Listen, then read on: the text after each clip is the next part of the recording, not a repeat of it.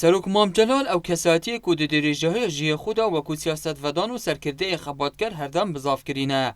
پیغمت به دست و اینانا مافنگل کرد و در روژکاوکی افرودا و بریا 5 سالان سرکرده و کاریزمای کرد سروک مام جلال و غرا 2 ماهی کرو و غرکرنا سروک مام جلال کاریگر یک مازن د بیاون جدا جدا لدیف خو اینان و خلکی هرما کردستان و عراق همی خنبار بون جبوی و غرکرناوی و بشک جوالاتیان دبیجن کساتیا مینا سروک مام جلال دوباره نابی توا مام جلال وکو سیاستمدار و کاریزمای که سر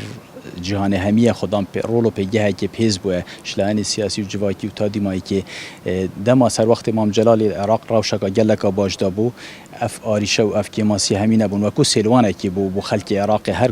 آریشک پیدا بابا امام جلال شوان آریشه حل کتونو بو کسک کو جه هیوی امیدا توا خلق عراق امام جلال همین دما خوب یکتی اجتماعی کردستان نزانی چجورا نصیحت ویژه همی گواش ما همیا او بو گویی برجوانیت گله کرد گله ماسترنش برجوانیت یکتی و برجوانیت امام جلال و برجوانیت هر کسی هندی امام جلال صاحب خبات دا نه هلایا یعنی تشتکی کم تا 4 کردستان ریداد به شب و روز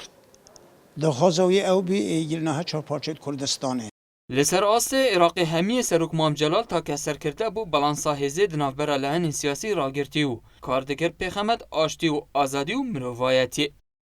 خود جرازی سروک مام جلال کسی که سیاستمدار بو، کسی که روشنبیر بو، کسی که آشتی خواست بو، هر دم پشتوان و پال پشت گنجا بو، پارزر ملت کرد بو. داخل پشتی وقتی که مام جلالی بویر بشوی که گشتید همی باران دال سراست عراق جو سراست هرمجی بحثا رول امام جلال کن بویر بخو بحثا رول امام جلال کن پشتی وقتی که ناوی چون که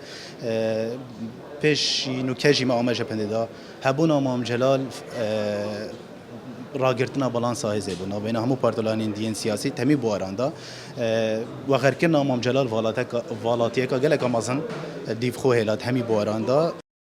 سروک مام جلال او کسی د دریجه جی خدا ماندیبون و قربانی دای پیغمت به دست و اینانا آشتی و آزادی و مافن روان گله کرد. سروک مام جلال لسی 10 لسال 2017 و پشتی ورگرتنا بردام یا چارەسەریya پزیشکی سروک مام جلال لولات آلمانیا و غرا 2 ماهی کرو لگیره د باشان لباجر سلیمانی هاد و شارتنو تانو کجیلان سیاسی و ولاتین عراق بگشتی به وغرکرنا سروک مام جلال دخنبارن جدهو که بو با دینان هاتی سامی